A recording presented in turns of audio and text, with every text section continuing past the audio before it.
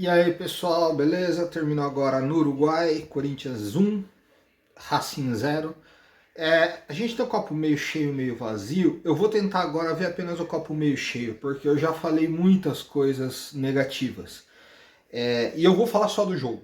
Eu não vou falar nada além do jogo. Se você quer ver algo além do jogo, veja o vídeo de ontem, SAF já, tá? Deixa o like, eu preciso de 17 inscritos para eu poder hypar esse canal. Se você puder, por favor, colocar o seu like, eu vou agradecer muito, tá? Aqui a camisa é do Chelsea, eu já tinha dito que eu tenho uma simpatia muito grande por esse clube, tenho várias camisas do Chelsea, mas aí é uma torcida, o Corinthians é doença, é outra coisa. E na final do Mundial de 2002, obviamente, eu vibrei pra cacete no gol do Guerreiro e eu torci o Corinthians igual um louco, tá? Não existe comparação entre Corinthians e nenhum outro clube. Mas quando eu tô vendo um jogo europeu, uma Champions League e tal, o Chelsea é meu time preferido. E no Mundial, que vai começar daqui a um mês, o Chelsea é o meu candidato. O Chelsea é o time que torcerei para que seja o campeão, ok? Só para deixar um pouco claro. Mas não há divisão nenhuma. Eu sou corintiano doente total. Vamos lá. O Corinthians e Racing fizeram uma partida medonha, um dos piores jogos de futebol que eu vi na minha vida. Meus olhos sangram. E o Corinthians ganhou. Precisava ganhar, ganhou. Né? Então, tá tudo dentro dos conformes. Mas o jogo foi muito ruim. Tá? Então, antes de eu falar do copo, do copo meio cheio, o Corinthians com muita dificuldade na criação, muita dificuldade de chutar no gol. Foram 2 chutes só em direção ao gol, enquanto no Racing não teve nenhum. O Hugo só pegou na bola num cruzamento no finalzinho do jogo. O Hugo só pegou praticamente, só bateu tiro de meta. Foi um jogo muito feio mesmo, contra uma equipe horrorosa. O Corinthians está um retrospecto agora de 6 jogos contra esse Racing e 5 vitórias e um empate. Tá? Esse time do Racing, o Corinthians ganhou 5 de 6 deles. Nenhuma das 5 vitórias foram tranquilas.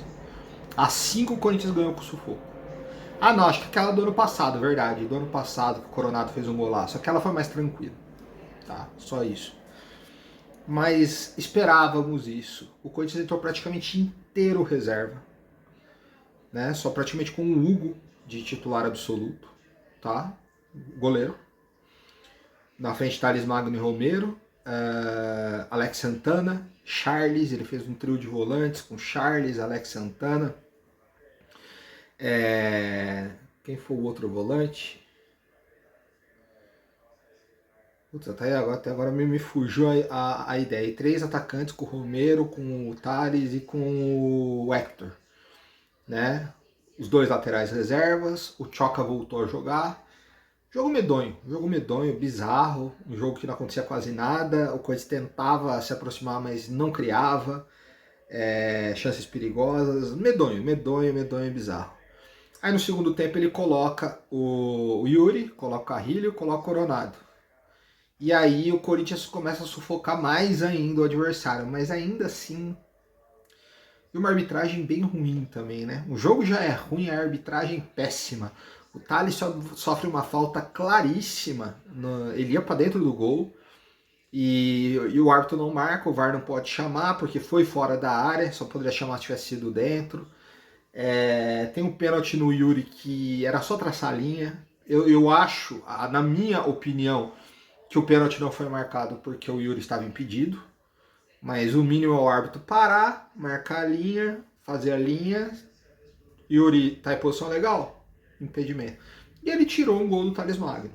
Esse juiz é muito fraco. Do nível do jogo, tá?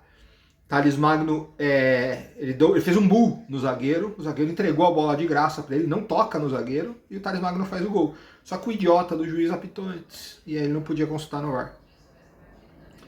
Tirou um gol do Corinthians. É uma coisa bizonha, bizarra. Então vamos olhar pelo copo meio cheio. Ah, tá, no final do jogo entrou o Maicon e o Martinez. Me preocupa o Maicon entrar antes do Martinez, porque dá a impressão que o Maicon é titular com o Dorival, e pelo amor de Deus, Dorival, não, tá? Mas tudo bem, passou no teste, o Corinthians está vivo na Sul-Americana e joga agora a sua vida na Argentina contra o Huracan. Agora vamos olhar pelo copo meio cheio. Tem coisas positivas para tirar desse jogo? Sim, tem muitas coisas positivas para tirar desse jogo. E da forma e da situação do Corinthians na tabela também tem coisas positivas. Porque às vezes quem não vai bem é premiado. E no caso do Corinthians é prêmio ficar em segundo. É pior ficar em primeiro. Vou explicar por quê, calma. Vamos lá. O Corinthians,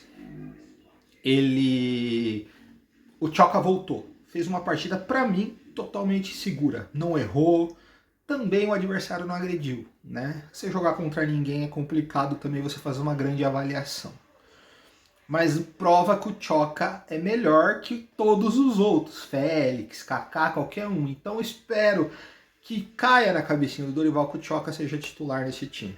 Eu gostei dessa zaga Tchoka e Ramalho, apesar de eles não terem sido exigidos em nada. Talvez se eu, com 115 quilos, estivesse ali na zaga, também não teria saído nada do Racing. Mas eu gostei muito do Tchoka. Ele seguro, é um zagueiro que joga de cabeça erguida, entendeu? Ele vinha muito bem, aí depois ele some, desaparece do time do nada, e espero que agora ele volte a ter as suas chances. Outro destaque muito positivo, eu gostei demais do jogo do Alex Santana. Jogando ali, ora como meia, ora como volante. Ele tentou participar do jogo o tempo inteiro, ele correu dos dois lados, principalmente no primeiro tempo, quando ele era o único que tinha ali para armar. Entendeu? E ele sai esgotado. Ele correu o jogo inteiro, o Alex Santana, e acertou muitos passes. Eu gostei dessa partida.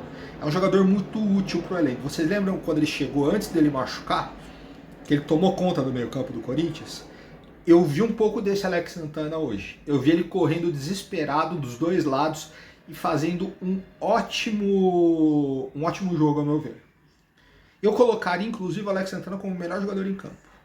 Tá? O Bidu mostra que dá para contar com ele quando não tem o Anguileri, entendeu? E que ele pode até incomodar o Anguileri, tá? Mas quando o adversário não ataca, é fácil. É muito fácil você ser um lateral ofensivo. O problema é quando a gente tem um ataque, quando a gente tem um Bruno Henrique, por exemplo, caindo pela ponta ali, aí é complicado. Mas o Bidu também tranquilo, seguro, fez o gol, mais um gol, acho que tem 3 ou 4 gols esse ano. É um jogador que dá para contar pro elenco. Então, positivo pro Bidu, entendeu? Thales Magno, que era piada, foi um jogador que tava virando piada. Hoje fez talvez, putz, eu não lembro. É que ele tem uns jogos que ele fez gol, né? Mas dos jogos que o Thales Magno não fez, eu acho que dos últimos 20 jogos, sei lá, disparadamente foi o melhor do Thales Magno. O Thales Magno buscou a bola, foi para cima, driblou, cortou, sofreu falta. Teria feito o gol se o juiz não fosse um imbecil. Jogou muita bola o Thales Magno hoje, muita bola, enquanto o Romero desapareceu e saiu no intervalo. O Thales Magno chamou o jogo para si. E é isso que ele tem que fazer. Chamar o jogo para si. Então, se aquela falta é marcada, era um lance perigoso de gol, porque o Coronado estava ali. A outra que ele conseguiu na ponta, que o Coronado cruzou também. O gol que ele fez, que o juiz acabou parando o jogo antes. Foi um jogador incisivo, foi um jogador que perseguiu a bola o tempo todo. Entendeu? E o Carrilho entra e decide a partida, né? Não vamos aqui chover no molhado. O Carrilho é titular, craque, jogador absurdo. Então o Carrilho faz a jogada pela ponta, ele cruza rasteiro, a bola, um lance bizonho, né? A bola bate em todo mundo, sobra pro Bidu, desvia e entra no gol, é o que importa. Cara, esse jogo me lembrou um pouco do jogo de copinha, de tão ruim que foi, pra você entender. Teve um lance, uma cobrança de escanteio, que os jogadores ficaram ali como parecia pimbolim. A bola ficou uns 2 segundos parada no chão, assim, esperando para alguém chutar ela. E os jogadores todos ali se engalfinhando. Parecia pimbolim, né? Ou totó, não sei como você chama no seu lugar. Bizonho, algumas coisas, algumas atrocidades desse jogo, mas dá para tirar coisas positivas. Entendeu? Então, o Thales Magno é assim que a gente quer que você jogue, Thales. Contra todo mundo. Alex Santana é um cara muito útil pro elenco. Pode não ser titular, mas é um cara útil pro elenco. Choca, bem. Bidu, bem, tá? Maná não comprometeu, também não ajudou muito, tal, tomou um cartão idiota no começo do jogo, mas beleza, tá? Então não tenho mais muito o que falar desse jogo. Agora eu vou falar o positivo do Corinthians classificar em segundo.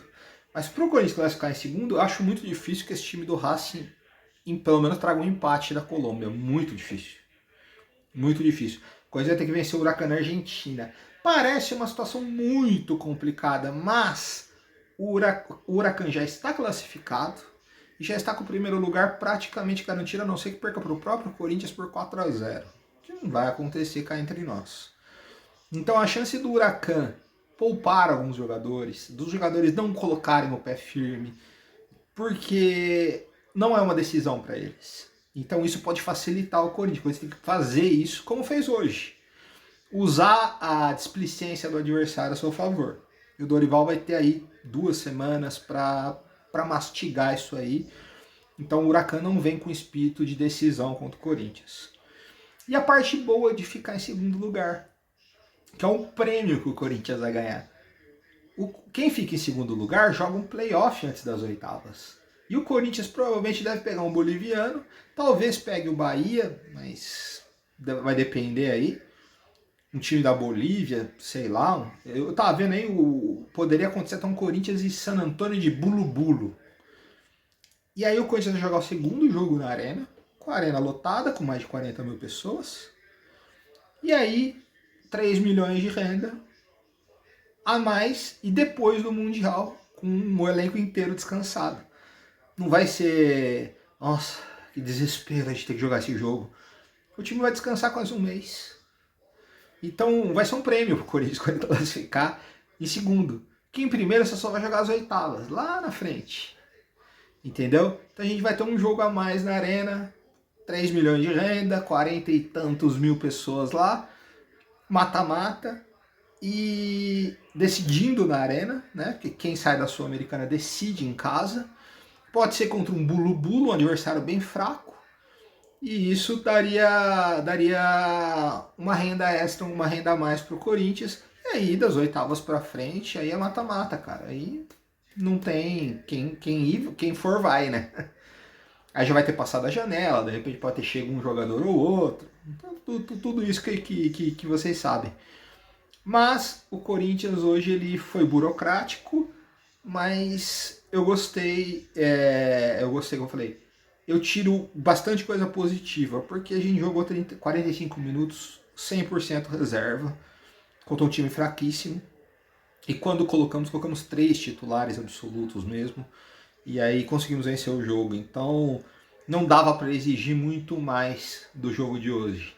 Dava para exigir a vitória, mas exigir uma apresentação espetacular aí já era um pouco demais. Era o que eu estava esperando. Então agora é esperar lá para Buenos Aires, dia 27, né? O Huracão é um time pequeno, não é aquele caldeirão, não é nada fervilhando. E o Corinthians vai lá por 1-0 simples e se classificar. E aí tem mais uma chance de título na temporada, certo? Deixe seu comentário, compartilhe o vídeo, tal, se você gostou. Então eu tô satisfeito, né? Dorival de 5 jogos ganhou 3 e que o Corinthians vá pegando embalo. O próximo jogo é contra o Santos, na Arena. A gente gosta de jogar esse contra o Santos, é incrível. Eu espero que tenhamos uma vitória e aí o Corinthians embale para tentar conquistar alguma coisa aí que a gente está precisando, tá? Com relação à parte política do clube, assistam o vídeo de ontem. Beleza? Abraço.